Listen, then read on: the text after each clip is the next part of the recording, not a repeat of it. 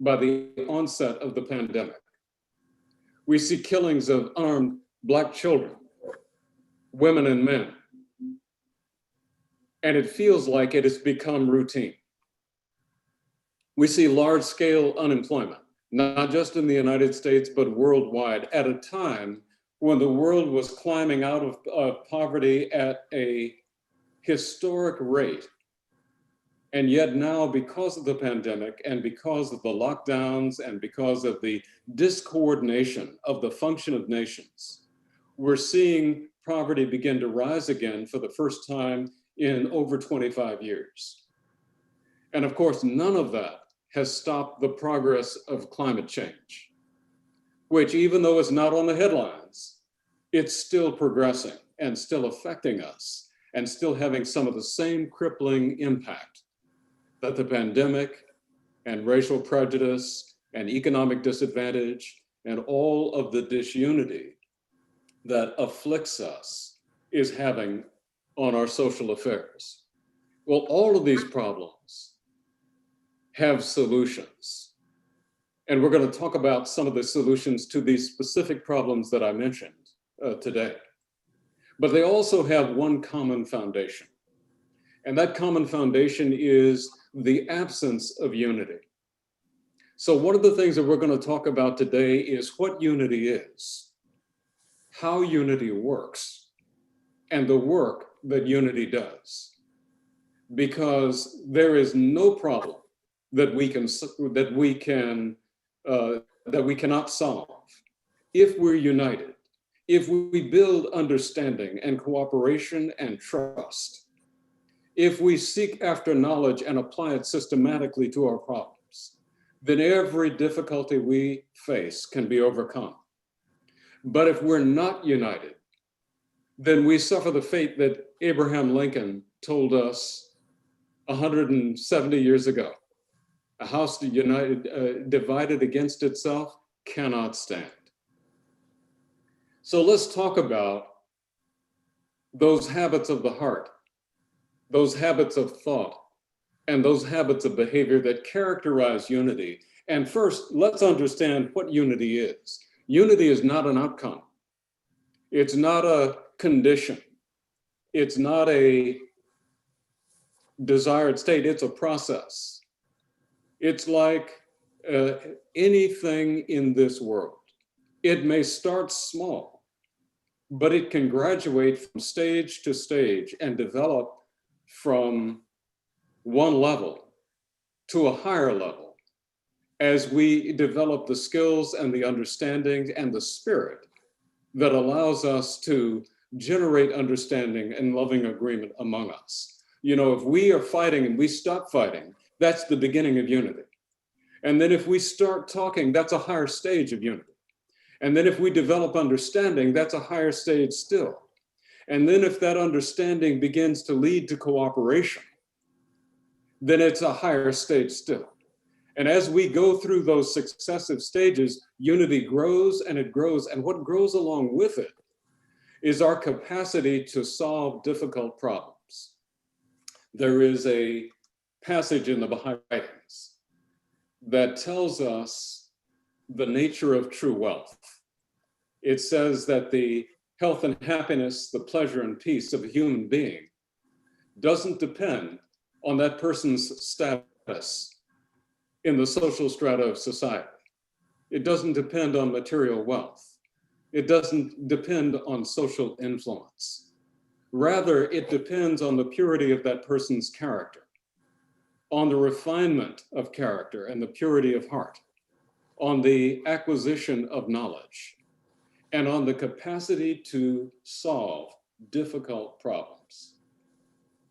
Well, friends, we all know, because the Bible told us, that all the problems we face will not extinguish hope in the heart of humankind. That at the end of this vast journey, we're going to establish the kingdom of heaven on earth.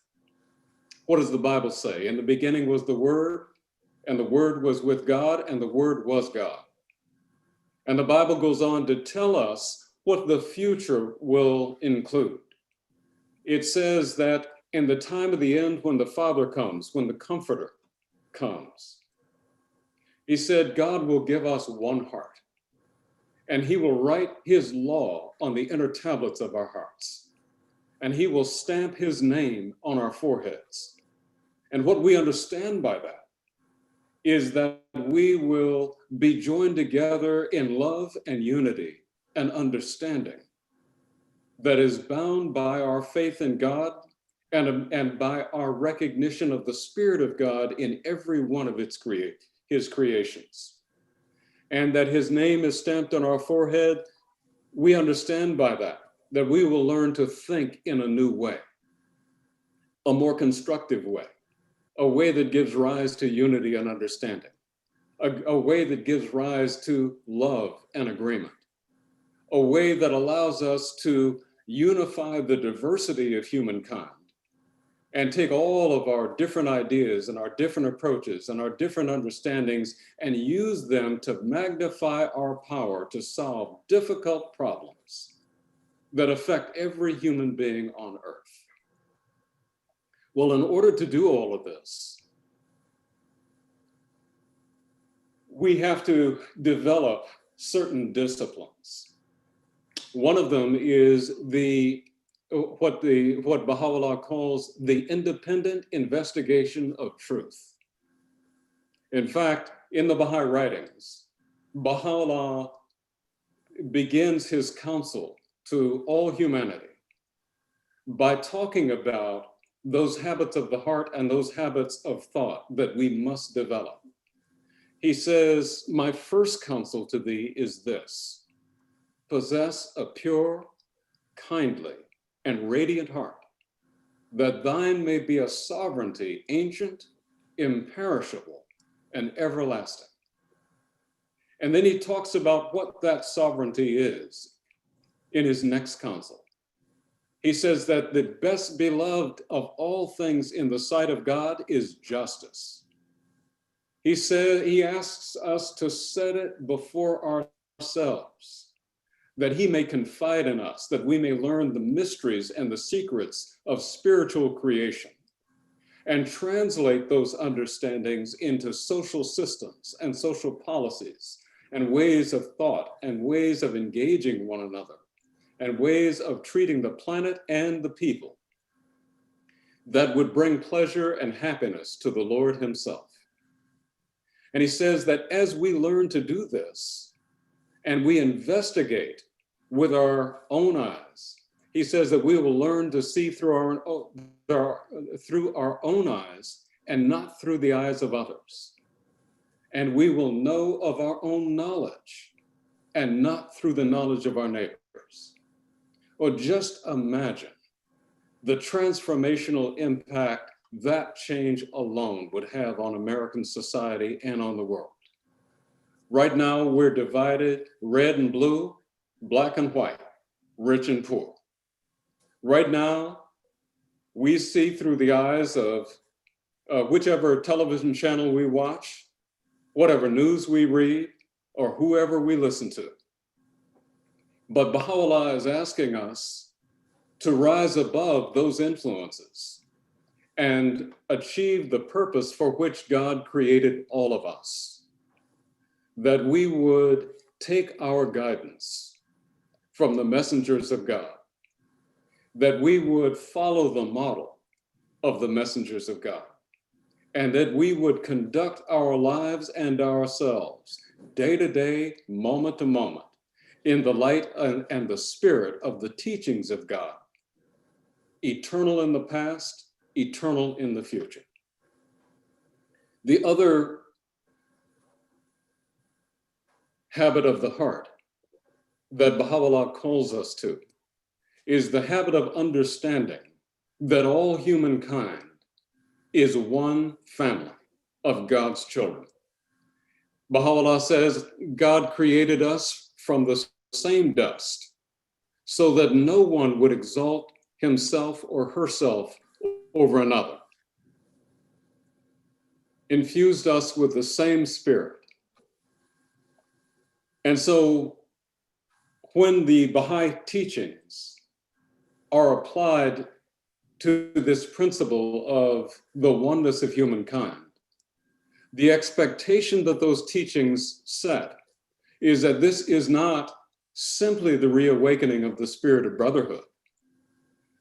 This spirit of love and understanding that God created the entire human family has to be translated into systems and policies and methods of government and institutions, trade and finance, how we distribute our wealth, how we provide medical care for everyone, how we facilitate the education of girls and boys, women and men, how we organize our cities, how we destroy all of the things that are impediments, but from one heart to another, abandoning prejudice, solving those difficulties that give rise to conflict, making sure that equity and agreement has a chance to flourish in the land and in our hearts and in our minds.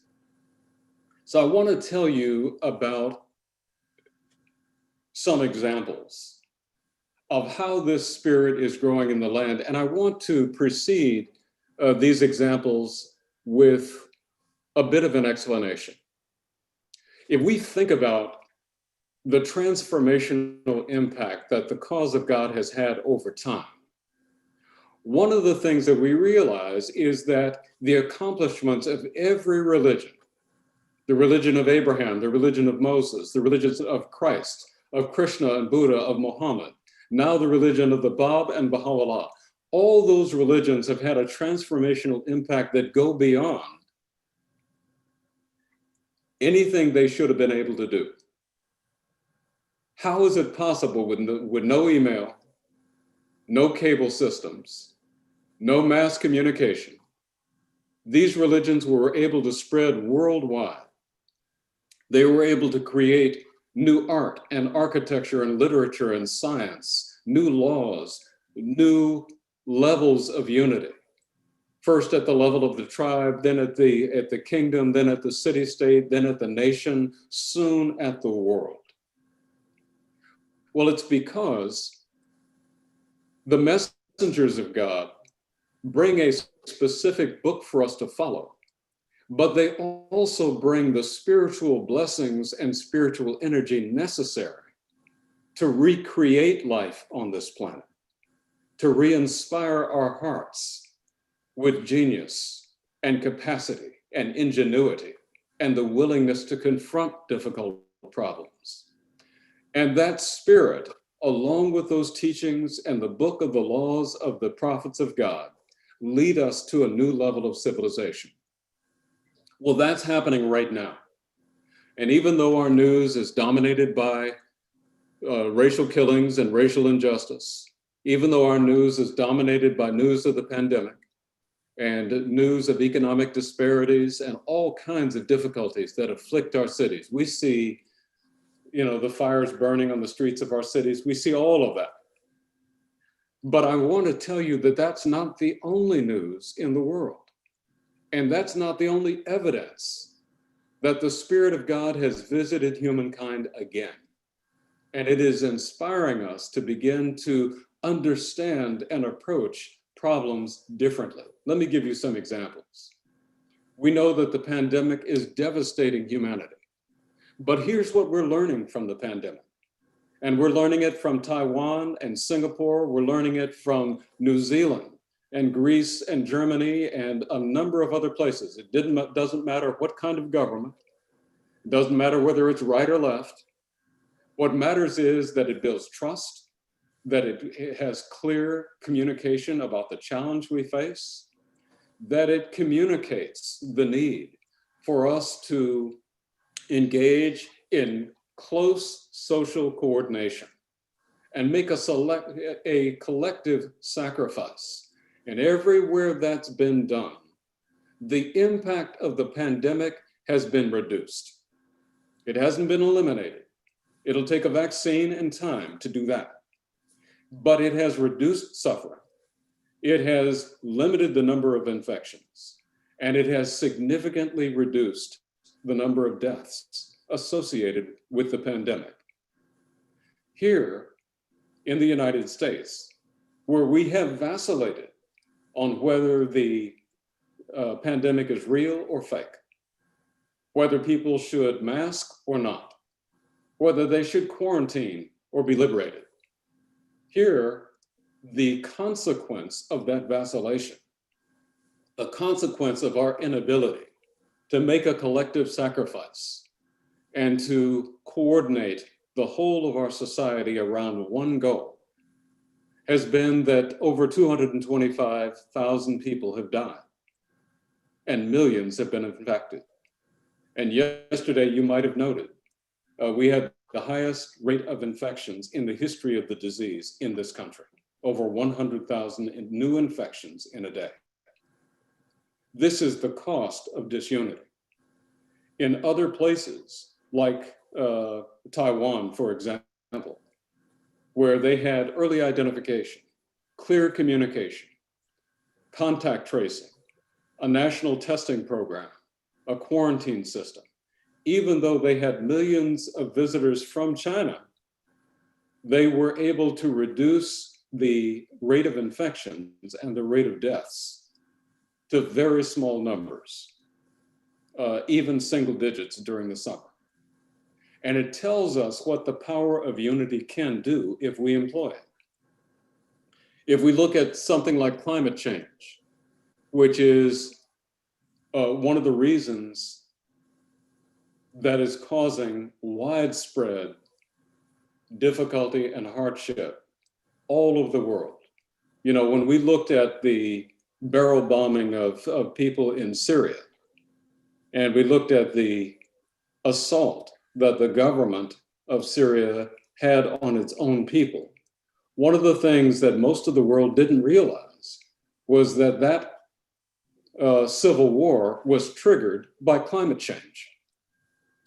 Long periods of drought, which caused farmers to abandon their farms and flood the cities, and city systems to break down.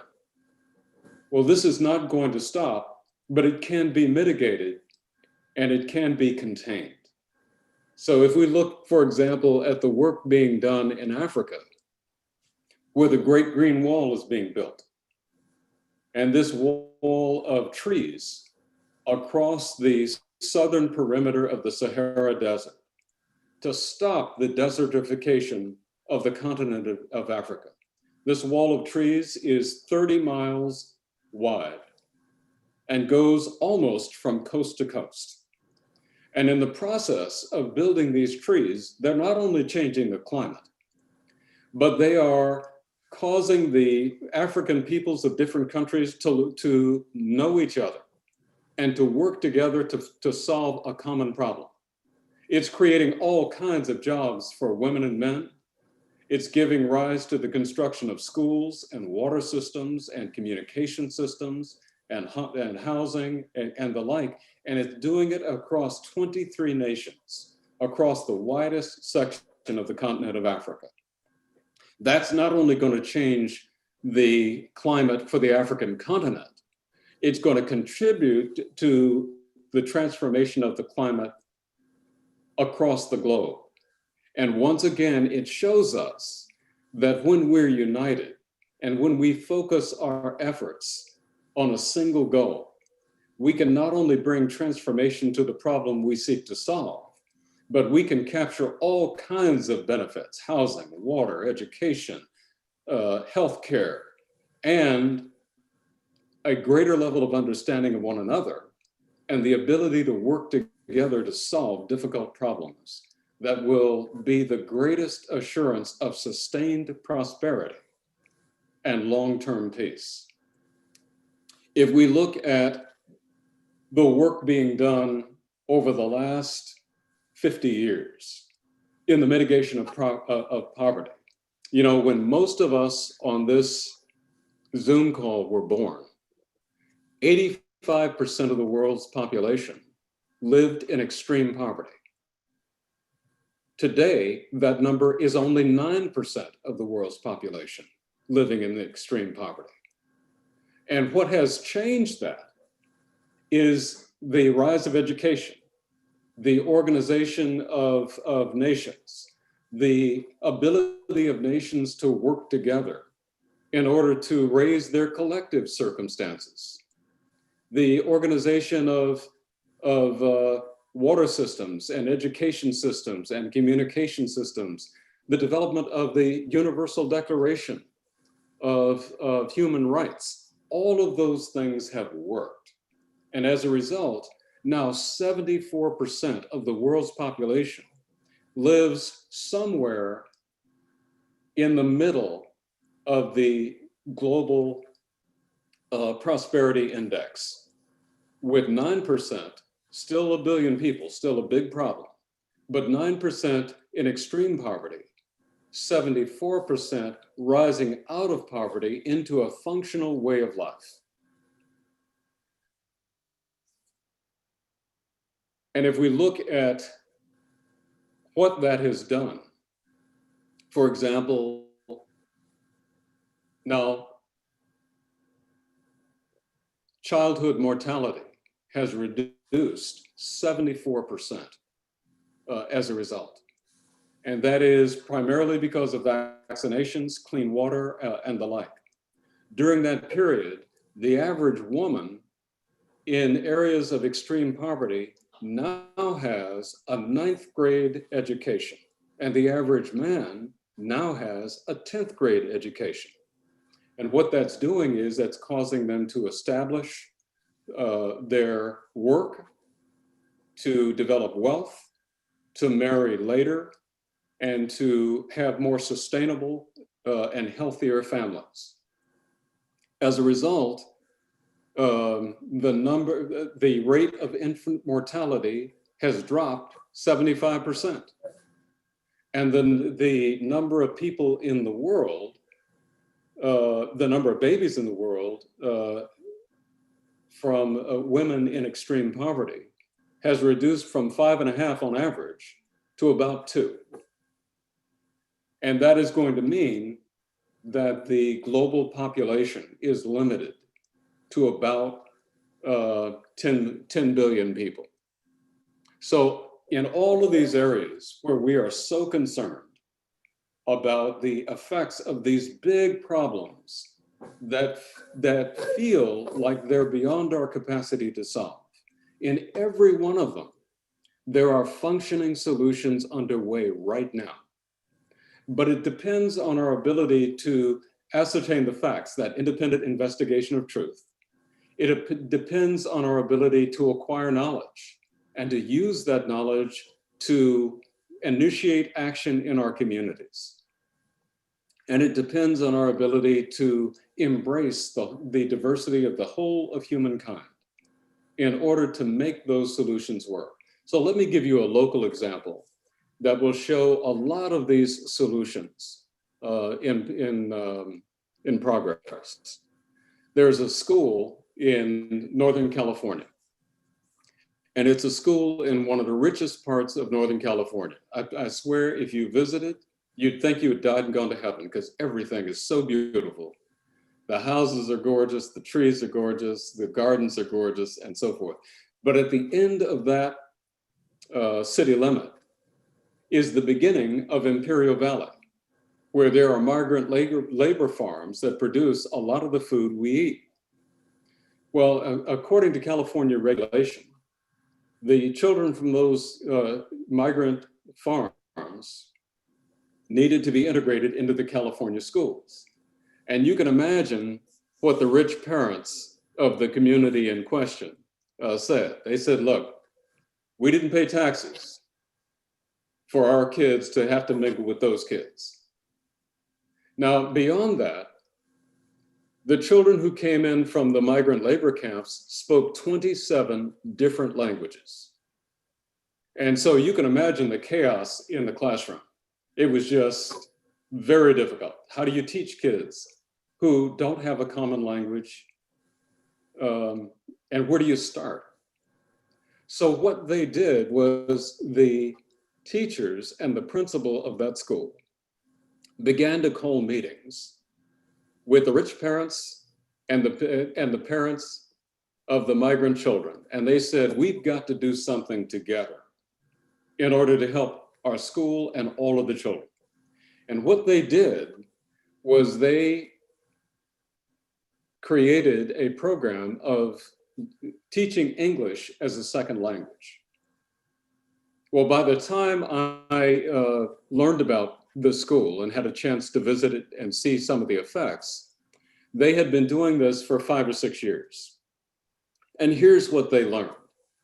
The first thing they learned was that while the kids would start in kindergarten kind of pantomiming and acting out what they wanted and what they wanted to communicate, by the time they were in the 3rd or 4th grade, they were conversant in 3 languages. By the time they were in the 6th grade, they were fluent in 4 languages. They also learned that not only were the kids developing extraordinary language skills, but they were learning to get along with kids that were completely different from each other. Asian kids, African kids, Arabic kids, Latin American kids, it didn't matter because they were all in their classroom, they spoke their languages, they were their best friends and so forth. And interestingly, one of the things that they learned was that the second language that kids picked up wasn't necessarily English. It was the language of their best friend. And so sometimes the third language that the child learned was English. Now here's the other thing that they learned. By the time those kids started to take the California achievement tests and were measured for their reading ability, their writing ability, and their mathematics ability, the entire school was testing in the high 90th percentile. That is, they read better, they wrote better, and they had better mathematics skills than 90% of the other kids in California. On top of that, they spoke 3 or 4 different languages, and they understood kids from all different backgrounds and all different countries. Now, interestingly, they did some other things. When I walked into the classroom, I couldn't tell who the teacher was because there were 2 or 3 parents in every classroom. Rich parents, poor parents, and all working with the kids. The other thing that they did was they created peer mediation programs. So they taught the kids how to consult and how to mediate disputes among other kids. And all the little kids who were peer mediators had little peer mediation badges on their sleeves, on their skinny little arms. And whenever there was a dispute, a little kid would run up and say, I see there's a conflict. Joey, what's your problem? Donnie, what's your problem? And they would consult and begin to resolve this, and the children would mediate the disputes. Now, the 2 other things they did, and I've got to tell you about this because this will tickle you. And by the way, these are all things we should be doing, but we're not. The 2 other things they did was they taught the kids mindfulness meditation. And it was part of a program they called metacognition. Now, all metacognition means is learning to think about thinking. But here's what they did. They taught the kids how to manage their own mood, how to manage their brains. So if a child came in from the playground, just having had recess, a child was able to breathe and go into a meditative state of breathing and say to herself, I've just been playing outside, but now I'm going to go back to academic work. So I'm going to refocus my mind, I'm going to calm myself down, and I'm going to begin to focus my brain on what I have to learn. 6-year-olds were being taught those skills. Now you can imagine the kinds of advantages that children like that have in life. The habits of thought they develop, the habits of the heart, habits that are open to anyone from any background, of any race, any color, any religion, any understanding. The ability to solve difficult problems, the ability to embrace knowledge and to use knowledge to live a better life and to communicate with everyone and to solve problems. That's what these kids were being taught. We see the same things in Baha'i community work in neighborhoods all over the United States, where we've got children's classes and junior youth classes that are teaching some of the same skills. And what they're saying is, any religion you come from or any place you're starting is a good place. That our goal is to develop love and understanding, unity and agreement among all of us. That we exist to help each other and to serve our communities. I was in a community in Florence, South Carolina, with a Baha'i junior youth group. And the organizer of the youth group was an 85-year-old white Baha'i who didn't say much. She just smiled and gave encouragement constantly. And all of the kids in her youth group were Black kids from Florence. And they were 11, 12, and 13 years old. And these kids were reading the sacred writings from all of the religions, from the Old Testament and the New Testament, from the Quran and from the Baha'i writings. And they were learning that the cause of God was one cause, that all of the prophets came from one God and taught the same spiritual truths. They were organizing themselves to do service in the community.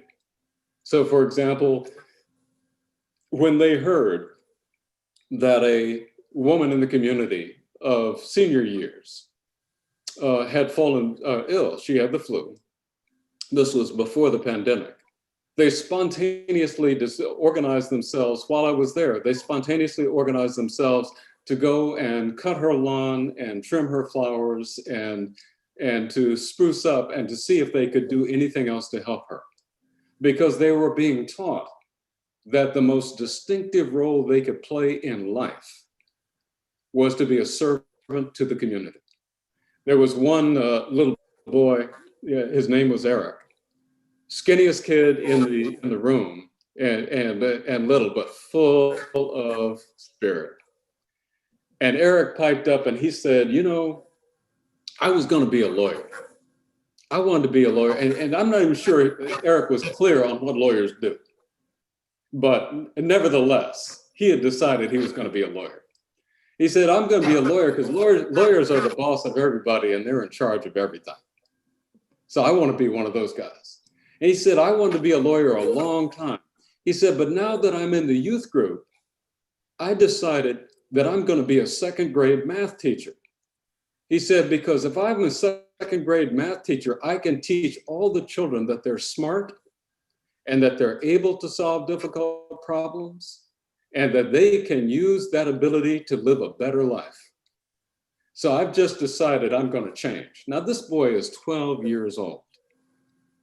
And what he's thinking about is how he can serve not only his community, but other kids like him and give them hope and give them encouragement and give them a path to a better life. You see, these are the things, these are the disciplines of thought, the habits of the heart and the habits of behavior that the cause of God has to cultivate in our lives in order for us to solve difficult problems. And all of the examples that we've given show how some level of unity is enhancing our ability to solve problems that seem like they're beyond our grasp, but in reality are problems that we can solve.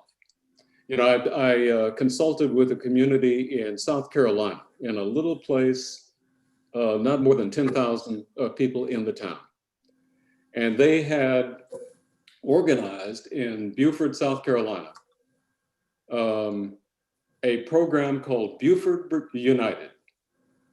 And they were working with the police and with the schools and with the different religions and churches and with the activists in town and with all of the kids and so forth to consult about the question of what would it take for us to unite our community?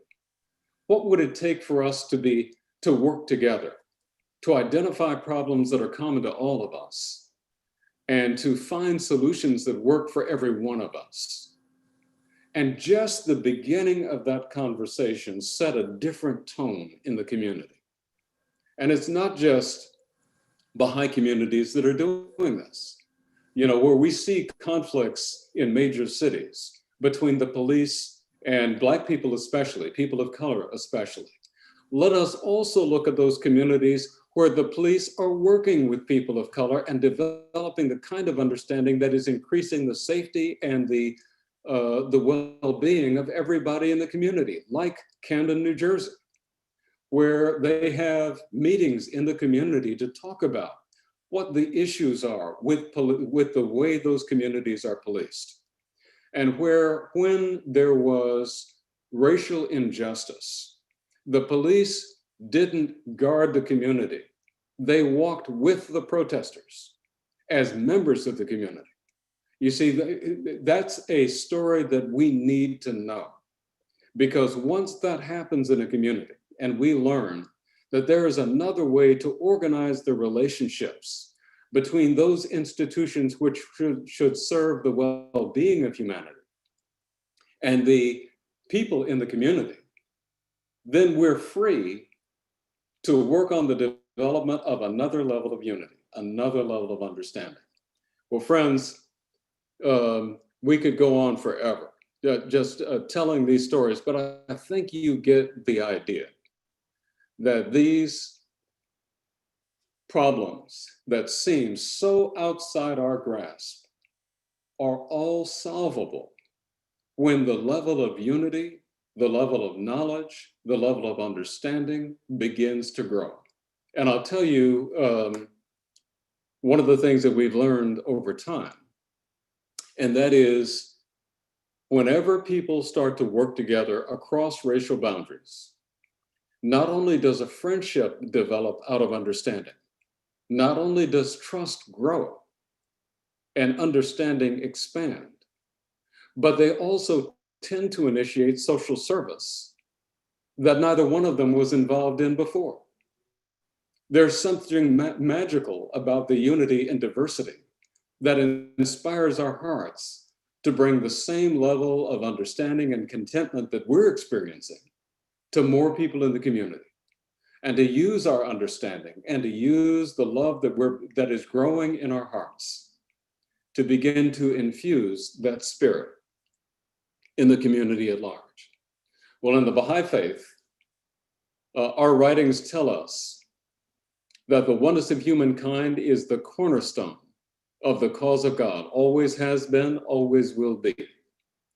That freedom from prejudice is the hallmark of a true Baha'i character, and that everything we do to eliminate prejudice and discrimination and to foster understanding and love and cooperation must sink into every part of our lives. The Baha'i teachings tell us in our leisure time, in our social engagements, in our friendships, with our children at play, in our social clubs, not just in conferences and proclamations and protests on the street, but in every aspect of our lives.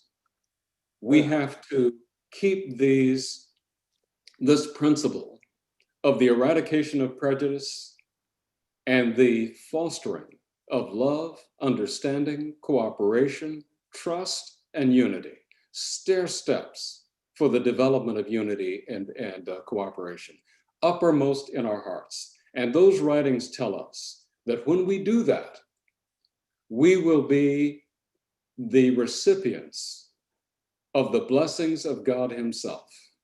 And this will allow us to have the tools to build the kingdom of heaven in our heart and strengthen our capacity to build that same kingdom of heaven on God's green earth. Well, it was delightful to see all of your faces, even on a computer. It's a little strange, but it's the best we can do, and I'm happy that we're doing it. And my love to all of you, my prayers for the safety and well-being of all of your families, and my appreciation for you to listen to these few words of mine. Well, Thank you, Bob. that was an outstanding presentation, Dr. Henderson, building the kingdom of God on earth by building the kingdom of God in our own hearts, with unity being the watchword. Thank you so very kindly for sharing your wonderful insights with this community this morning. Thank you. My pleasure. Okay, friends, right now we can open it up for questions and answers. If anyone has any questions of Dr. Henderson or any general questions, please feel free to raise your hand first, and then you will be acknowledged.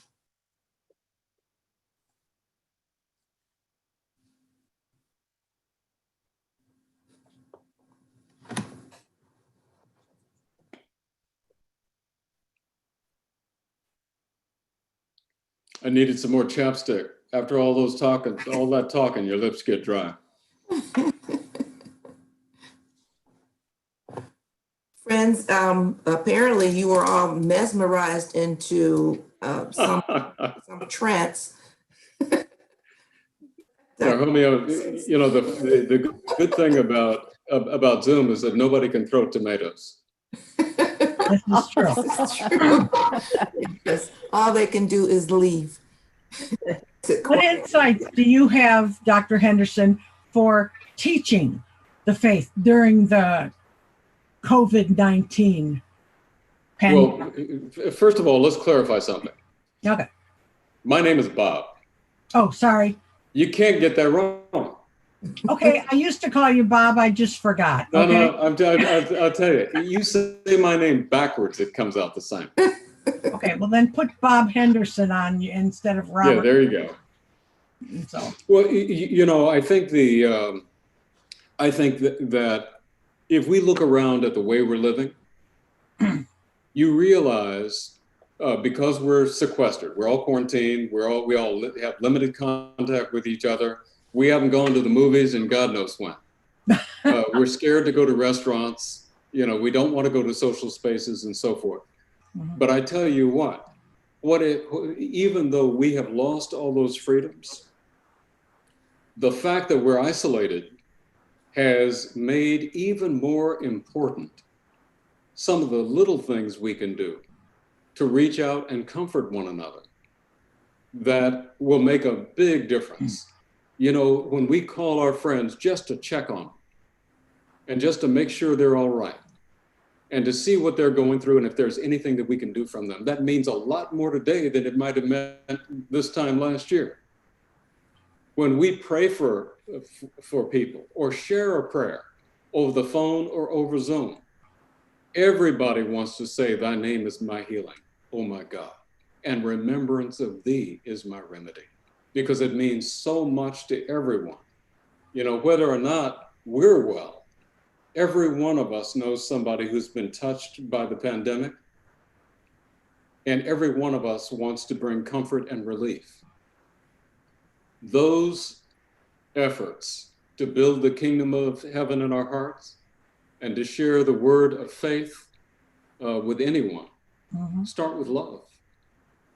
And they start with unconditional love.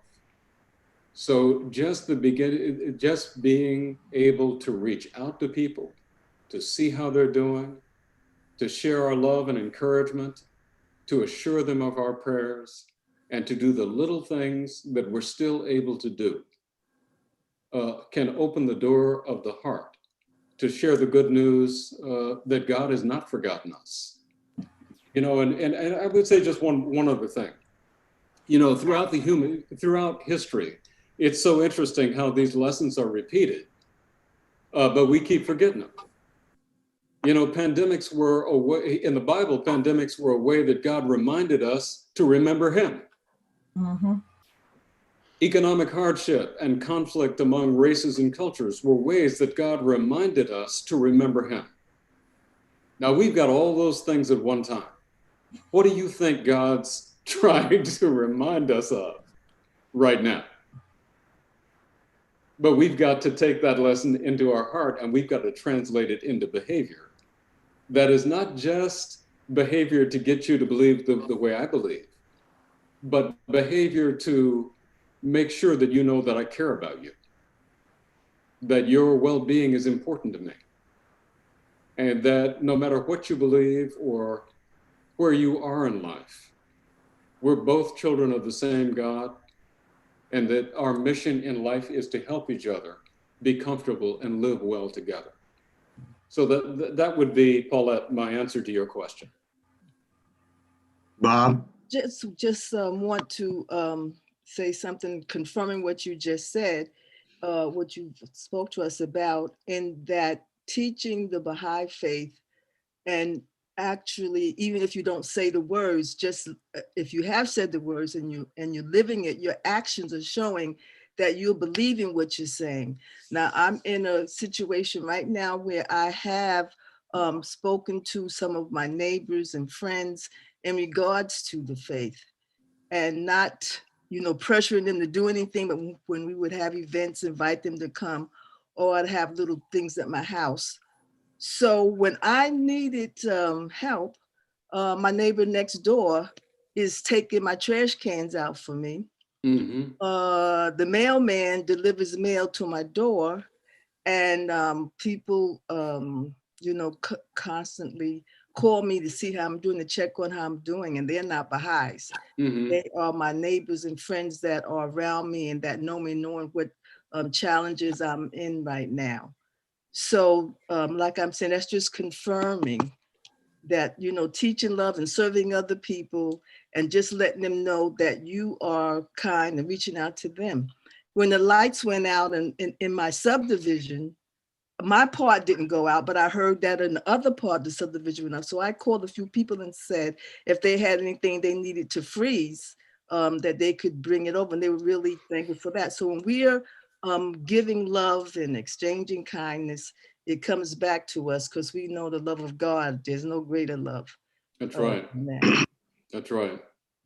Bob? Barbara, people forget that when Moses fled with his followers into the desert, and how long were they there? 40 years? Yes. And they were, and they emerged, the Israelites. People forget that when they went in, they weren't the Israelites. They were just followers of Moses. They didn't like each other. They were from different tribes. They spoke different languages, had different cultures and different laws. And it was that period of hardship and difficulty in the desert that began to help them come together and become a people. Well, out of that unity and out of their practice of the 10 Commandments and the establishment of a common faith in Moses, not a few hundred years later, anywhere in the world you were, if a person was of excellent character and extraordinary knowledge and extraordinary capacity, what they would say about that person is, he must be an Israelite. He must be a Jew. They had gone from the hated and persecuted people to the standards of excellence because of the spiritual transformation that the endurance of hardship with the light of faith had done for them. And that's the opportunity that we have now. We are experiencing hardship, but if we experience it with the light of faith and we practice that faith indiscriminately with everyone, then people will know that we are people capable of being trustworthy and loving and kind and supporting everyone. And that will not only advance the faith that we believe in, but it'll be an important and necessary comfort to everyone that we engage. Friends, Bob? one or two more comments, after which time we will need to close out the morning's program. May I speak? Micah. Yes. Hey, Bob, Micah Janis here. You look great, but by the way, I have more hair than you do. Look, little babies have more hair than me. I really appreciated your presentation, the thoughtfulness of it, very well organized and easy to follow. Thank you very much. My pleasure. And insofar as the power of unity to solve perplexing problems in our society and worldwide, I completely agree. My personal mental test, which perhaps others may share with regard to unity, is not viewing a substantial portion of the world population as the other, meaning not to be guilty of exactly what, quote, they appear to be doing. I guess I'd call that the hate mongers, the people who don't seem to provide to someone like me any opening to establish common ground. That is, even the notion of common ground, they seem to find anathema. I'm not asking you to solve my spiritual problems, but perhaps you know what I'm alluding to here. There seems to be a substantial number of people who do not want to broach the topic of our commonality at all. They live and breathe exclusion. Any thoughts about how to think of them as also the children of God? Just your own personal reflection. Yeah, as a matter of fact, I do. First a process, and then just a scientific observation. You want to start with the folks who are coming toward you, because there are lots of folks who are recognizing that the way we're going about life isn't working for anybody. And they're looking for a better alternative that fosters understanding, that fosters confidence and cooperation, that builds trust, and that helps us solve our problems. That population is growing, and we can start by embracing those people and working with them. Second, let's remember that you can't convince anybody of anything. You can offer them something, but they've got to convince themselves in order to take it into their hearts. Now, third, there is scientific evidence that even people who have lived long codes of hatred, white supremacists, other people who just have hated all their lives, can have a marked and measurable and significant reduction of hatred in a very short period of time. But ironically, it's not because you or I can convince them. It's because we're willing to hear them out. It's because we're willing to ask sympathetic and clarifying questions. It's because we don't take the bait and get angry and fire back, but say, let's talk about this. Let me understand where it is you're coming from and what you understand and so forth. And that is the beginning of a process that, just as we said in the beginning, can go from stage to stage. I can't see anybody. And begin to foster understanding and cooperation and trust. And in fact, scientifically and socially, it does. And it does, as I said, significantly, measurably, and quickly. The problem is that we see somebody who opposes us, and if we use it as a way to justify our own anger, and that doesn't make anything better. So if we practice what we preach, we can create an opportunity to have meaningful conversations with folks of all beliefs and gradually begin to clarify what's going to benefit everyone. Thank you very much. Wonderful answer. Are there any other questions or comments? We have time for one more, if that. And if not, then thank you for those great questions. We appreciate it. At this time, we'd like to welcome all of our guests to the Baha'i Unity Center community. If this is your first, second, third, or next in a series of visits, please feel free to share who you are, where you're from, how you happen to be with us today. We'd love to hear from you. I'm Connie Morgan from Savannah, Georgia, and I was invited to your center via our program coordinator for the Sunday devotions. And Bob, you were absolutely amazing. I appreciate your conversation with us. And to Paulette, I'd like to say that the new normalcy has really given us an opportunity to see beautiful faces like yours this morning. I would not have met any of you if I did not Zoom. Yeah, right, exactly. Beyond Zoom, we have drive-by, we have stickers in our yards, and a number of ways that we are creating that the Baha'i faith is on top of the soil, moving people like us. Well, Connie, thank you so much. We're so happy that you joined us. And you know, our work is the same work because at the end of the day, all we're trying to do is to learn how to love and to love each other and to share who brought us that love, who taught us how to love. That's our only job. Yes, thank you, Connie. Anyone else? Any other Hi, here today? I'm Heather. I live Hey, in Heather, how you Gainesville, doing? Florida.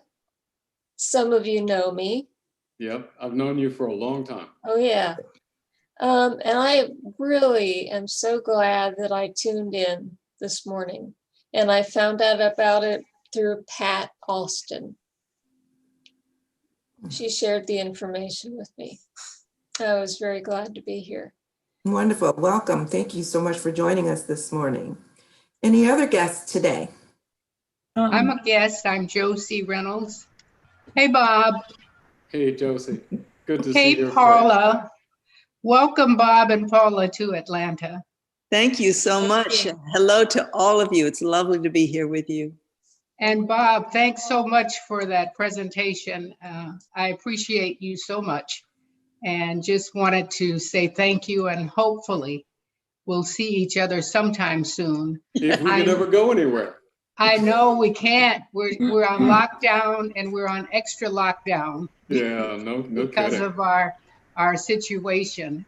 So it's tough, but this was refreshing for me because we're not getting out at all. We're not getting to participate very much in any of the activities that are going on. And so this was a wonderful Sunday morning for me. Thank you. Well, Josie, fortunately, love does not respect walls. I know that's right. So it's coming right at you. Thank you.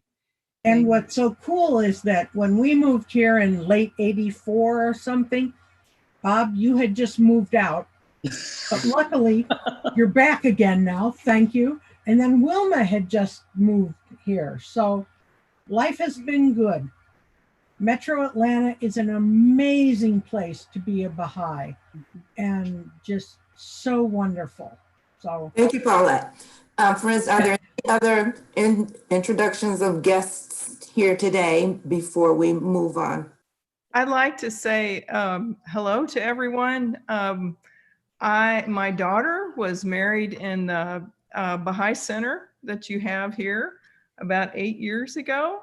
And she lives in Stone Mountain. My husband and I, we drove across country about 3 weeks ago from Yakima, Washington. Wow. Oh, wow. It took us 5 days, but we're here in this area until next April, and then we'll be driving back. But it was an interesting experience during this pandemic. We were very careful. We washed down everything, but we're very happy to be here, and it was wonderful hearing your talk this morning. Well, thank Bob. you. Lee, let me ask you, do you know Randy Gottlieb in Yakima? Oh, yes, absolutely. Yes, yes. Yeah, she's a good friend of mine. Unity Works, absolutely. Yeah, exactly. I've worked with Unity Works, and we've had it in the schools there in Yakima. 21 elementary schools had a diversity dance workshop go through, and every child in the elementary schools there heard the message, you know, of unity and looking at others, you know, with a welcoming and open heart. I'm glad. Oh, excellent. I will say hello to Randy and tell her that you said hello. Thank you. Please do. Please do. Beautiful. Thank you, Lee. Any other guests? Yeah, I'm Pat Washington, and my husband Ricky was just here. Hi, everybody. He was just here, and he had to step away. We just got our power back late last night, so he's busy kind of cleaning some things away and throwing out things and that sort of thing. But this is our first Zoom call on this particular session, and we're really I really enjoyed it. I'm sorry he wasn't able to get on too. But Bob, I enjoyed your talk so much. It was very inspiring. And Dorothy Johnson actually told us about this call this morning. We have our usual Sunday morning get together and she's involved in it as well, and she did remind us about it. But I mean, to see so many faces this morning, so many familiar faces, I'm just kind of blown away. And this was remarkable. And thank you guys for inviting us. Yeah, thank you for coming. So nice to see you, Pat. Thank you. Thank you, Pat. Our love to Ricky as well. Thank you. Any other guests? Good morning or afternoon now. I'm Taki Morgan, and I was invited by my mother and Dr. Faribault. Connie Morgan is my mother, and I just thankful and thank you for being a great part of my day on today. I live in Paulding County outside of Atlanta. Beautiful. Thank you, Taki. And if we don't have any other guest introductions, May we just say hello, greetings to Glenford and Bahia Mitchell. I see that Bahia's on the call. Oh. So lovely to have you with us. Where is that? I missed it. Must be on another page. Nice to see you. On another page. Well, welcome. Are you interested in introducing yourself, Mrs. Mitchell? Hello, yes, thank you.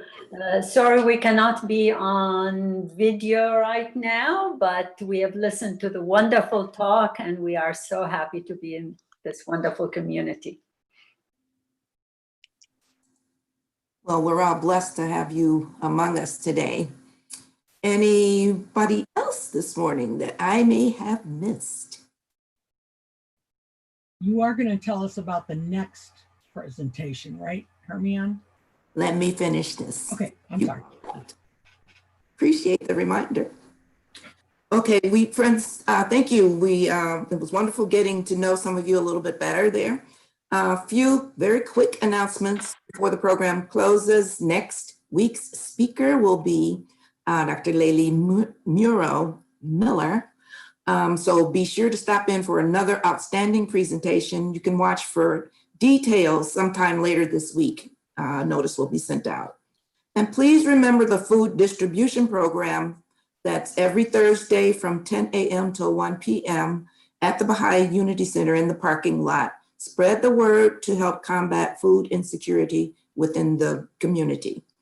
Also, for members of the Baha'i faith, you are warmly encouraged to make a financial contribution to the South DeKalb Baha'i Fund and our National Baha'i Fund through the online contribution system, OCS. You can go to ocs.baha'i.us, and after you log in, just select the My Locality tab, then click Enter Community Contribution and select this locality and or any other recipient under the list of recipient options, then follow the prompts. Are there any other announcements at this time? If not, then many thanks to all of you who worked together to make today's program possible. And thanks to all of you for sharing your day with us. Until next time, stay safe and well. We will end with a closing prayer. Chris?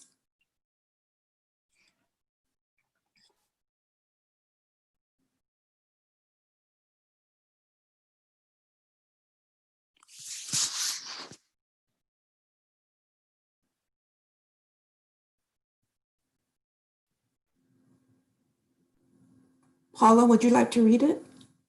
Sure. Thank you. My God, whom I worship and adore, I bear witness unto thy unity and thy oneness, and acknowledge thy gifts, both in the past and in the present. Thou art the all-bountiful, the overflowing showers of whose mercy have rained down upon high and low alike, and the splendors of whose grace have been shed over both the obedient and the rebellious. O God of mercy, before whose door the quintessence of mercy hath bowed down, and round the sanctuary of whose cause loving kindness in its inmost spirit hath circled, we beseech thee, entreating thine ancient grace, and seeking thy present favor, that thou mayest have mercy upon all who are the manifestations of the world of being, and deny them not the outpourings of thy grace in thy days. All are but poor and needy, and thou verily art the all-possessing, the all-subduing, the all-powerful. Thank you, Paula. Thank you, everyone. Thank you, Hermione, Thank and you. all. Thank you, Bye. Bob. Wonderful. Thank you, Hermione.